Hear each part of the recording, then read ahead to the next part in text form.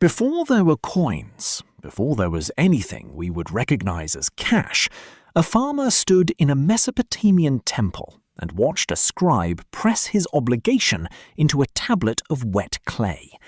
He had borrowed grain, or silver, or seed for the coming season, and now the loan existed not as a handshake or a memory, but as a record. The reed pressed its marks, the clay was set aside to harden, and the debt became a permanent thing that would outlast the harvest, the argument, and in some cases, the man himself. We tend to assume that money came first and debt came afterward, that people bartered, then invented coins, then learned to lend. The evidence from Mesopotamia points the other way. Thousands of years before the first coin was struck, people were already borrowing, lending, charging interest, and recording all of it in careful detail. Debt did not wait for money. In a real sense, debt was the money. A web of recorded promises that let strangers cooperate across seasons and distances, backed not by metal in the hand, but by writing that could be trusted. The economy that produced these records was vast and organized. The great temples and the palace held enormous stores of grain, wool, and silver, and they functioned as lenders, employers, and accountants for whole cities. Alongside them, private merchants extended credit of their own. A cultivator might borrow seed and owe grain at harvest. A trader might take silver on credit and repay it after a venture. None of this required coins. Value was reckoned in weighed silver and in measures of barley, and the scribe, with his tablet, was the machinery that made the whole system run. Every loan, every repayment, every obligation pressed into clay and stored. What made these loans grow was interest, and interest in Mesopotamia was old and heavy. Customary rates ran to something like a fifth on loans of silver and as much as a third on loans of barley. The way they thought about it is revealing. The Sumerian word for interest was also the word for a young animal, a kid or a calf.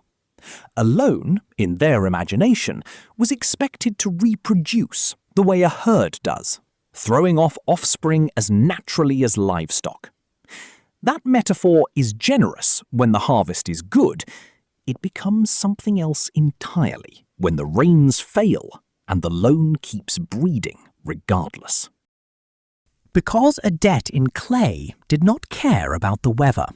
When a flood ruined a field, or a drought thinned the barley, or a season simply came up short, the obligation remained exactly as recorded, and the interest kept accruing on top of it. A farmer who could not repay would pledge what he had, first his field, then his oxen, then the labour of his children, and finally himself.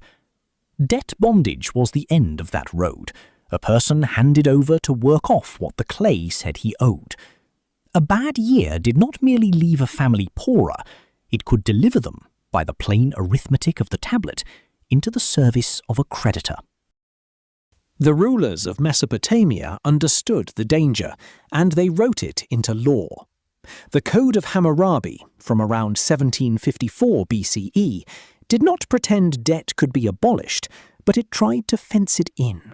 It set limits on what a creditor could charge, and it capped the years a person could be held for a debt. Someone pledged into service was to be released after 3. These were not sentimental gestures. A society that allowed its farmers and soldiers to slide permanently into bondage would find its fields untended and its army hollow. The law was trying to keep credit from consuming the very people the kingdom depended on. But interest ran faster than law, and from time to time the accumulated weight of debt across the whole society grew impossible to bear. When that happened, a Mesopotamian king could do something no modern government would attempt. On his accession, or in a year of crisis, he could issue an edict that simply cancelled debts, the misharim, the act of restoring order. The Edict of Amisadaka, from around 1646 BCE, is one of the clearest we have. It annulled broad categories of consumer debt across the land at a stroke. Tablets recording those obligations were not renegotiated, they were destroyed. The record that had made the debt permanent could also, by royal command, be broken. This was not charity, and it was not chaos. It was a release valve built into the system. The idea was old even then. More than 4,000 years ago, in the Sumerian city of Lagash, rulers had already proclaimed Amagi, a word for freedom that literally meant a return to the mother, to lift the burden of debt from their citizens. A king who cancelled debts was not undermining the economy, he was resetting it, pulling farmers back from bondage, returning pledged land, and restoring the balance that runaway interest had destroyed. The alternative was a kingdom in which more and more people owed everything and owned nothing. That is the tension Babylon lays bare.